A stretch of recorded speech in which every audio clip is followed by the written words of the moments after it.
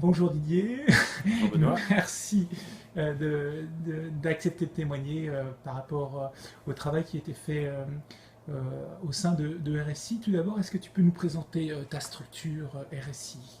Qu'est-ce que- quel est, Oui, quel est votre... donc RSI, nous sommes une petite société, mais en fait une petite société qui est un acteur mondial sur un domaine pointu, qui est la simulation de procédés. Donc nous fournissons des simulateurs pour l'industrie du pétrole, des simulateurs utilisés pour la formation des opérateurs. Donc dans les usines, typiquement dans une raffinerie, pour former les opérateurs de la salle de contrôle, on leur fournit un simulateur pour qu'ils sachent opérer leur raffinerie et éviter des problèmes qui peuvent devenir graves. D'accord. Donc vous êtes un développeur de logiciels Oui, et vous apportez un service à des clients qui sont donc basés un peu partout dans le monde. Tu peux nous décrire un petit oui, peu ces clients? oui. Alors nos clients, bien, donc, notre logiciel est orienté industrie du pétrole, puisqu'il repose sur des fondamentaux scientifiques qui sont liés au pétrole, aux mixtures, aux composants qu'on va rencontrer dans ce domaine-là. Donc nos clients sont des compagnies pétrolières internationales. Donc on a les grands groupes, on a Total, on a BP, on a des compagnies nationales dans les pays du Moyen-Orient comme Saudi Aramco, on a des Américains. Voilà, on travaille au Brésil aussi, enfin bref, partout dans le monde. D'accord. Donc historiquement, vous êtes basé sur le site de Mélan, hein, près de Grenoble. Vous êtes combien à Mélan aujourd'hui? Alors à Mélan, on oscille entre 40 et 50 personnes. Mhm. Donc à Mélan, mais c'est là où on a la direction générale. Donc on a donc le PDG, on a la direction commerciale et on a aussi ce qui est essentiel pour le groupe, c'est le développement du produit. Donc RSI, enfin, on n'est pas une SS2I, hein, on ne développe pas du logiciel pour du logiciel, on développe uniquement notre logiciel pour permettre de réaliser nos services, nos projets. Donc l'essentiel, enfin nos centres d'ingénierie sont des ingénieurs en génie des procédés qui utilisent le logiciel pour développer les simulateurs. Et RSI à Melan, eh bien, on a donc une équipe logicielle qui est là pour développer ce logiciel. Donc c'est 5-6 personnes. Et une autre équipe de support qui est là pour le délivrer, donc faire les tests, les versions, les livraisons, et puis le support, parce qu'il y a beaucoup de réponses et de support aux utilisateurs. D'accord. Quel est ton rôle à RSI? Donc mon rôle, eh bien, j'ai commencé en étant responsable du produit, et puis donc là je suis responsable de la R&D, donc du développement du produit, qui inclut aussi la partie support. Et j'interviens aussi dans la réalisation des projets en tant que chef de projet et avec un aspect méthodologie dans l'implémentation du projet. D'accord. Il y a quelques mois, donc, vous avez fait appel à LD Consulting, Benoît Vincent, pour intervenir. Quel était le contexte de cette demande? Pourquoi vous aviez eu cette demande à cette époque? Alors, le contexte, c'était, bon, il y avait plusieurs motivations. C'était redynamiser une équipe de développement qui était un peu trop en vase clos. C'était positionner les leaders, donc un manager sur la partie produit et un manager sur la partie support, et structurer donc ces deux équipes, définir les interactions et motiver l'ensemble de l'équipe initiale en deux groupes qui sachent travailler selon des méthodes qui mettent en place plus de communication, donc Scrum, et plus d'échanges, donc plus d'interactivité et plus de, comment dire, ouais, enfin pas de joie au travail, mais D'envie. d'envie. D'accord. Mm. Euh, Alors en fait, c'est parti d'un constat que plus personne ne communiquait. On avait beau être dans le même bureau, sur le même plateau, autour des mêmes tables, impossible de savoir qui faisait quoi, où on en était. Enfin, c'était vraiment très très artisan. Et histoire d'évoluer d'une part, d'autre part de faire en sorte que les gens communiquent mieux sur ce qu'ils font au jour le jour, il a fallu trouver une méthode. Et là, on a fait appel à LD Consulting pour nous présenter ces méthodes qu'on ne connaissait pas par ailleurs. Tout le monde en avait entendu parler, hein, les méthodes agiles, Scrum et compagnie, tout le monde entend parler, sauf que dans l'application, et surtout, quel apport ces méthodes pouvaient nous apporter, tout ça c'était inconnu. donc, tu as parlé de Scrum, donc des méthodes agiles. Comment ça s'est passé, la mise en place de Scrum dans ces équipes? Ah ben, je pense que c'était assez rapide et direct, hein. Mhm. Il y avait un vrai déficit de communication. D'accord. Donc les gens sentaient le besoin, mais n'avaient pas toujours l'envie de communiquer. Et la mise en place des mêlées quotidiennes, eh bien, ça a démarré tout de suite. D'accord. Oui. Comment ça se passe, la mêlée quotidienne chez RSI aujourd'hui? Ben, je crois qu'elle se passe bien, parce que déjà, elle est réellement régulière, hein. Elles ne sont jamais oubliées. Tous les jours, donc. Voilà. Mhm. Donc ça, c'est un bon point. Et puis ensuite, bon, faut veiller à pas être trop long, Mhm. mais les gens aiment bien communiquer sur leur activité et les enjeux des tâches qui leur sont demandées. Ouais. Combien de temps ça dure, la mêlée quotidienne, en moyenne? Ouais, c'est un quart d'heure. Un quart d'heure? Oui. D'accord. Et je crois que vous êtes organisé du lundi au jeudi, mêlée quotidienne dans chaque équipe, c'est ça? Et le vendredi, une mêlée quotidienne un peu particulière, tu peux Oui, nous oui, parce parler de qu'on cette a mêlée donc deux quotidienne? groupes, hein. Avant, c'était un seul groupe. Maintenant, on a un groupe produit et un groupe support. Alors, la difficulté, c'est que le support, ils sont pas là que pour ramasser les problèmes qui viennent du produit.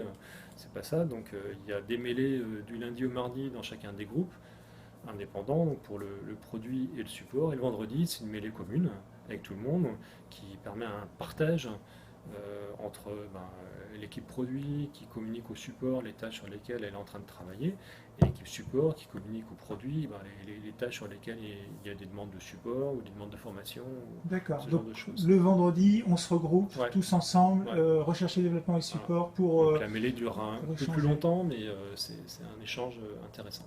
D'accord. Euh, Comment s'est passée progressivement l'appropriation de ces méthodes agiles par les équipes? Est-ce qu'il y a eu une résistance de certaines personnes à utiliser cette nouvelle façon de faire, ou est-ce que ça a été assez fluide et assez rapide? Non, je pense que c'est fluide et c'est immédiat, parce que chacun doit se dévoiler, chacun se met en avant pour participer à la mêlée. Donc on n'y va pas, mais il n'y a pas de demi-mesure, quoi. Ouais, Donc il faut y aller et puis communiquer. Donc, d'accord. chacun le fait. Ouais. Les sprints, vous faites des revues de sprint régulièrement dans chaque équipe?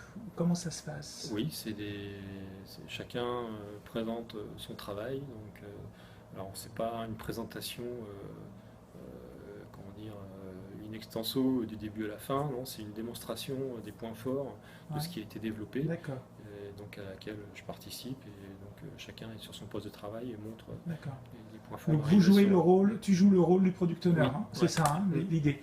Ouais. Et il y a 2 Scrum Masters pour les 2 équipes Ouais. concernées, Ouais. recherche et développement et Ouais. support. Tous les combien sont organisées ces revues de sprint? Bon, à peu près tous les mois. Hein. Tous les mois à peu Ouais. près. Mm. D'accord, c'est comme ça que vous avez géré la chose. D'accord. Et toi, Frédéric, comment organises-tu le sprint backlog? Alors, on a un premier outil qui nous sert au jour le jour. C'est un outil qu'on utilise dans le cadre d'une revue de sprint, Mhm. où chaque collaborateur a identifié les différentes tâches qu'il aura réalisées durant ce sprint, une durée de 3-4 semaines. Et le but de chaque collaborateur, lors des revues de sprint, des mêlées qui ont lieu chaque matin, c'est de prendre son post-it, de discuter, de parler de la tâche sur laquelle il va travailler et éventuellement de le déplacer. Donc à ce titre, on a plusieurs colonnes. Il y a à faire, en cours, fait. Et puis, ma foi, le but du jeu, c'est de faire évoluer les post-it, pour moi, de gauche à droite. D'accord. Alors, effectivement, on va montrer le tableau, hein, sur lequel vous travaillez. En ce qui concerne l'implémentation des méthodologies Scrum que vous avez fait dans ton équipe, assez original, puisque c'est rare que ce soit fait dans un département de support. Qu'est-ce qui était à l'origine de la réflexion de mettre en œuvre les méthodologies Scrum dans ton équipe? Je pense que là, le point le plus important, c'est la communication. C'était justement pour pouvoir avoir ce moment de partage du matin, pour expliquer sur quel type de problème on est, parce qu'on gère pratiquement que des problèmes. Comme on a des profils assez différents, ça permettait d'échanger rapidement sur les cas en cours, et donc certaines personnes avaient des solutions que d'autres n'avaient pas, etc. Donc ça, c'est le point le plus positif. Et le deuxième aussi, c'est qu'au niveau du support, on veut faire des actions un peu plus de fond, sur des méthodologies, sur des outils, sur plein de choses qu'on peut faire au support, qu'on a du mal à faire, parce qu'on est Accaparé par ce qu'on appelle les requêtes, les tickets, donc les demandes clients qui arrivent tous les jours sur les bugs, voilà. D'accord. Donc si on veut arriver à faire un petit peu aussi de ce travail de fond, la partie Scrum nous a permis d'identifier des tâches à faire. Tu as parlé de burn down. Tu peux nous expliquer ce que c'est que le burn down? Le burn down, donc, voilà, donc, au niveau de l'équipe, on a estimé un temps de réalisation de travail de fond qu'on peut faire dans la période du sprint. Donc là, on va parler par exemple de 4 semaines. Et donc verticalement, on a le nombre de jours à traiter finalement, ce qu'on peut traiter. Et puis chaque jour, on met à jour notre courbe qui doit arriver à tendre à 0 à la fin du sprint. C'est-à-dire qu'on a réussi à réaliser notre objectif finalement. Donc c'est comme ça que vous arrivez à mesurer que vous passez bien votre journée sur les tâches de fond. En fait, dans ce burn down, il n'y a que les tâches de fond. On n'a pas les requêtes successives qui arrivent en permanence. Hein. Non. D'accord. Parce que celles-ci sont vraiment on les suit de près, c'est les clients qui les demandent. Donc on ne ferait que ça. Celui-ci nous montre, voilà, si on suit une pente, parce que le burn down nous donne une pente, la pente la plus meilleure, quoi. Oui, optimal, voilà, donc on voit si on dévie ou pas. Quoi. Voilà, si on est un petit peu en retard ou un petit peu en avance. Le but d'abord du backlog, c'est de recenser tous les besoins en termes de développement, en termes de nouvelles fonctionnalités que l'on souhaite, ou que nos clients souhaitent, ou que ces besoins sont classés du plus important au moins important. Et c'est pour ça qu'on classe ça en 3 colonnes. La colonne haute, bac de culture et puis code.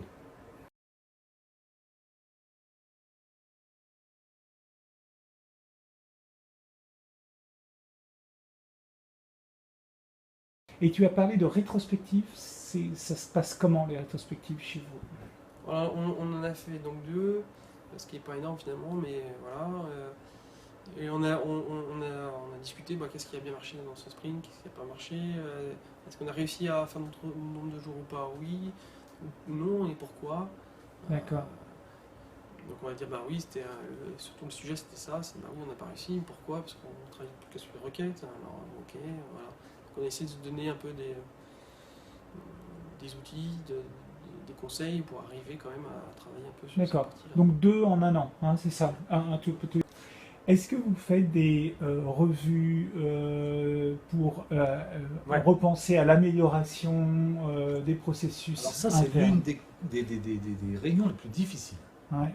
Franchement, pour nous, parce que bien souvent, les gens arrivent donc la rétrospective. La rétrospective, donc le but étant, voilà, on a bien bossé. Bon, alors déjà, la rétrospective, on ne la fait pas à chaque revue de sprint. On essaie de la faire toutes les 2 ou 3 revues de sprint. Mais c'est vraiment un moment difficile pour les collabs parce qu'ils ont en gros à réfléchir sur leur mode de travail et sur le mode de travail d'un autre, enfin de l'équipe, et remettre en question éventuellement. Et généralement, il n'y a rien à remettre en question, tout va bien, sauf autour de la machine à café. Donc là, justement, le but du jeu, c'est de ramener la machine à café dans.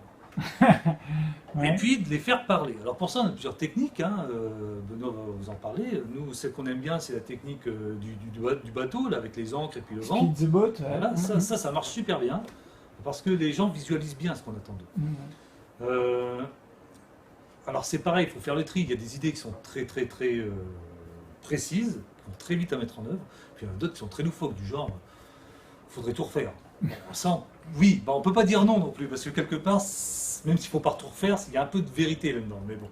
Donc c'est pareil, c'est le but du Scrum Master cette fois de classer ces idées et de les conserver. Et quel est le bénéfice que tu en retires de ces méthodologies agiles? Est-ce que tu préconiserais ça à d'autres managers qui seraient dans le cas dans lequel tu pouvais être il y a un an avec ton équipe? Qu'est-ce que tu retiens de positif dans la mise en place de ces méthodologies agiles? Alors moi je pense que c'est très bien adapté au développement, donc ça a été fait pour ça au départ. Mais en effet, je pense que ça peut s'adapter à plein d'autres sujets. Au support, c'est vrai que c'est particulier. Encore une fois, ce que je dis au début, c'est la partie communication qui me paraît bien. Ouais.